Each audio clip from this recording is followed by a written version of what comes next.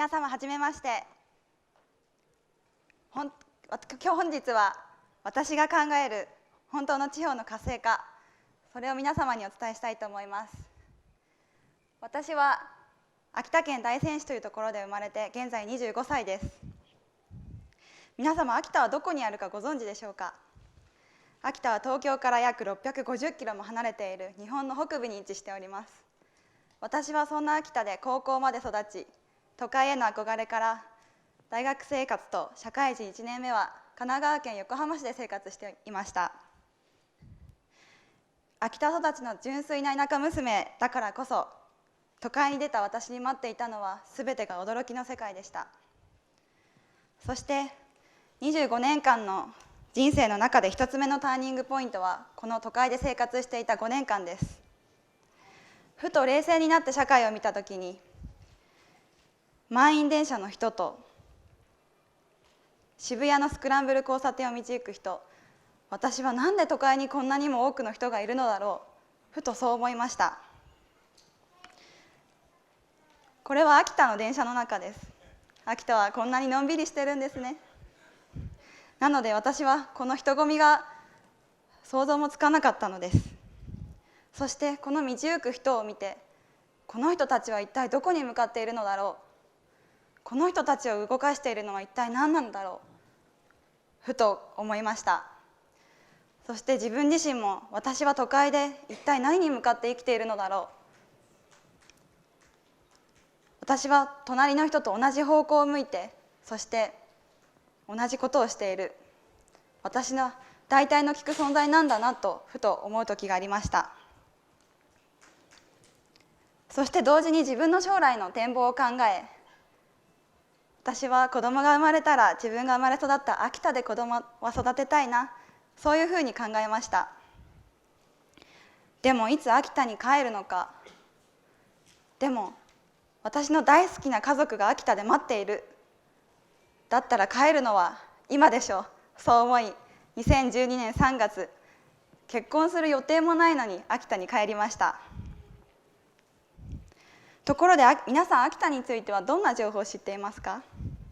少し私の方からご紹介したいと思います。まずは秋田は頭がいい子どもがたくさんいるんです。全国学力テストが1位、そして睡眠時間の摂取量が1位、酒どころ秋田はお酒を飲むと眠くなっちゃう人がたくさんいるんですね。そして佐藤さん伊藤さんの率が1位、そして美容師の人数が1位、面白いでしょう。そしてよくニュースでも目にすると思うんですけども、秋田県は人口減少率がすごく進んでいて、これも47都道府県で1位です。そしてネガティブなんですけども、自殺率も1位、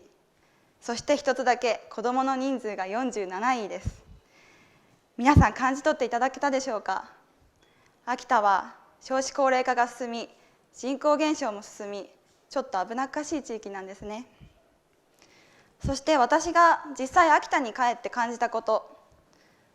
それはとにかく情報が少ないです。そして目に見えるほど人が少ない、だからこそ発信力も弱いんだな、そういうことも感じました。ただ一方で、秋田は重要文化財、無形重要文化財が一番登録数が多い県でもあるのです。伝統文化がすごく栄えています。そして人の心がとにかく温かいです。秋田県民はですね、おせっかいなほど面倒見がいいんです。そして情報が少ない、人が少ない、発信力が弱い、だからこそ私はまだまだ開拓の余地があると思いました。そしてここで一つ秋田の魅力を紹介します。まずは関東祭りです。これは秋田市で毎年夏に開かれてます。そして今が旬のきりたんぽ、美味しそうでしょう。そして私みたいな秋田美人を育ててくれる秋田のお湯があります。また私が生まれた大仙市でとても有名な全国花火大会もあり、重要文化財に登録している盆踊りもあります。そして秋田美人、まだ秋田の魅力は一部なんですけども、こんなにもたくさんの魅力があるんです。で、私はこの魅力を知れば知るほど思ったことがあります。それはこの魅力をとどめておくのではなくて、もっと日本中世界中の人にこの秋田の魅力に共感してもらおう、そういうふうに思いました。そしてこの魅力を外に持ち出すのではなく、地場で感じてもらう、地場だからこそ秋田の魅力、本当の魅力が感じれる、そう思ったのです。そして私が生まれ育った秋田に人が来る仕組み作りをしよう、こう思いました。私が人が来る仕組み作りにおいて必要なことは、動機ときっかけと興味、そしてオリジナリティに富んでいるもの、これが条件でつくなというふうに考えました。ここからまず私がまず秋田についての百科事典になろうと思い、図書館に通い詰めては勉強し、道行く人に話しかけては不審者扱いもされるんですけども、とにかく秋田のことを勉強しました。そうしていくうちに自分が今まで知らなかった秋田の世界というものが知ることができたんですね。そして一つすごい出会いがあったんです。それは川端芸者、そういう言葉に出会いました。川端芸者というのはですね、戦前60年ほど前に秋田の川端という地域で栄えていた芸者文化です。最盛期の昭和初期には約200人もの芸者がいたと言われてます。秋田にはこの川端という地域はまだあるんですけども、今の川端こんなんです。閑散としているでしょう。芸者文化があったっていうのは本当かなって思うくらいなんです。そしてもう一つ私が気になっていたキーワード、それは秋田美人というキーワードです。なんで気になってたかというとですね、私が都会に出て、水野さんはどこ出身ですか？秋田です。秋田美人ですね、よく言われました。だから気になってたんですね。ただもう一つ同じように言われたことがあります。それは、どこに行ったら秋田美人に会えるの？そもそも本当にいるの？私は秋田美人っていう言葉もものすごく抽象的だなってそう思いました。そこで私は川端芸者という伝統文化、そしてそこに込められた思い、そして秋田美人という言葉の秋田オリジナルのものと誰も成し得たことがない産業化、これを線でつなぎ、秋田に人が来る仕組み作りをしようと考えました。そして思いついたのが会える秋田美人、秋田舞子です。この事業はただ単にお座敷文化の発達ではなくて、秋田の魅力を私たち特有の色や輝きで彩り、世界中の人へ共感と感動を与える、そういう思いのもと観光事業の一環として行っております。また彼女たちはただ舞妓になりたくて私のもとへやってきたのではないのです。自分の手で自分の口で秋田の魅力を外に発信したい、そういう思いで私のもとに来てくれました。彼女たちの使命は秋田の魅力を伝える伝道師になることです。そして彼女たちには秋田舞妓3か条というものを課しています。一つ、威風凛然。秋田舞妓の名にかけて内面、外見、意識、知識の美を探求し、品格、奥ゆかしさを持つ一流の人間となれ。その2、一期一会。すべての出会いの場がおもてなしの場。秋田の本質と魅力を伝え、最高級のおもてなしを遂行せよ。3つ、恩は丁寧。すべての人より考え抜き、接する人の魅力を最大限に察し、先を読み、秋田にとって、相手にとってなくてはならない存在となれ。この3か条には、己を信じ、ぶれない心とおもてなしの心を持つ、そういう信念が込められています。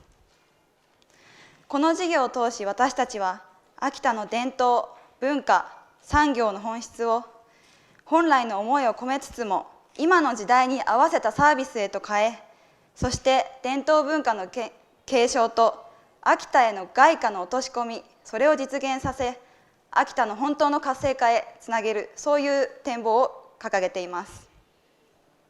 ただこの事業にもここまで来るのには大変苦労しました。舞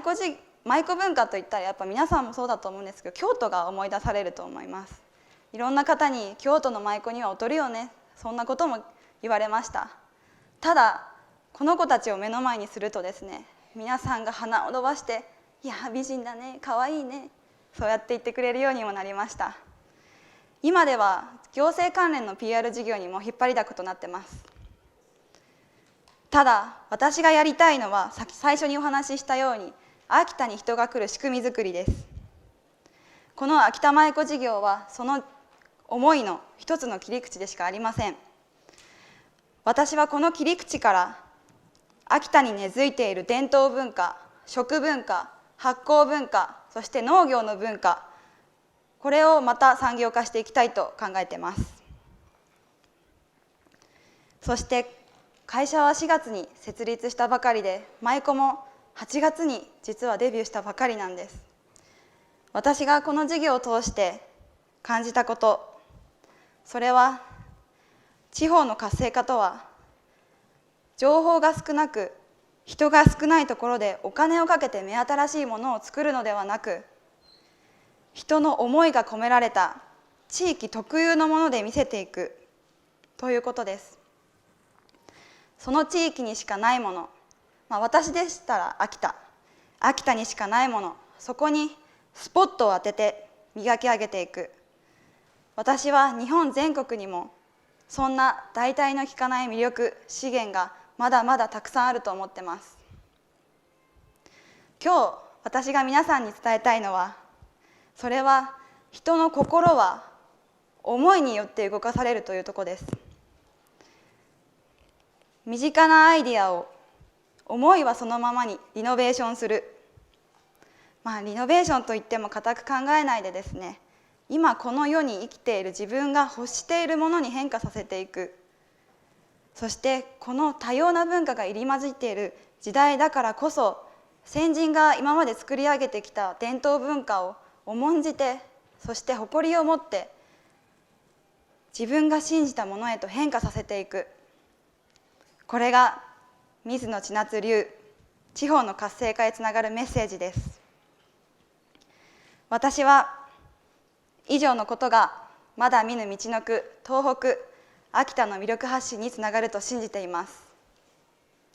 さて、秋田美人の道のくの旅はまだまだ始まったばかりです。ぜひ皆様も身近にあるアイディアを掘り起こして、そして日本の本質を世界中へ広げ、道のくの未来を作っていきましょう。ありがとうございました。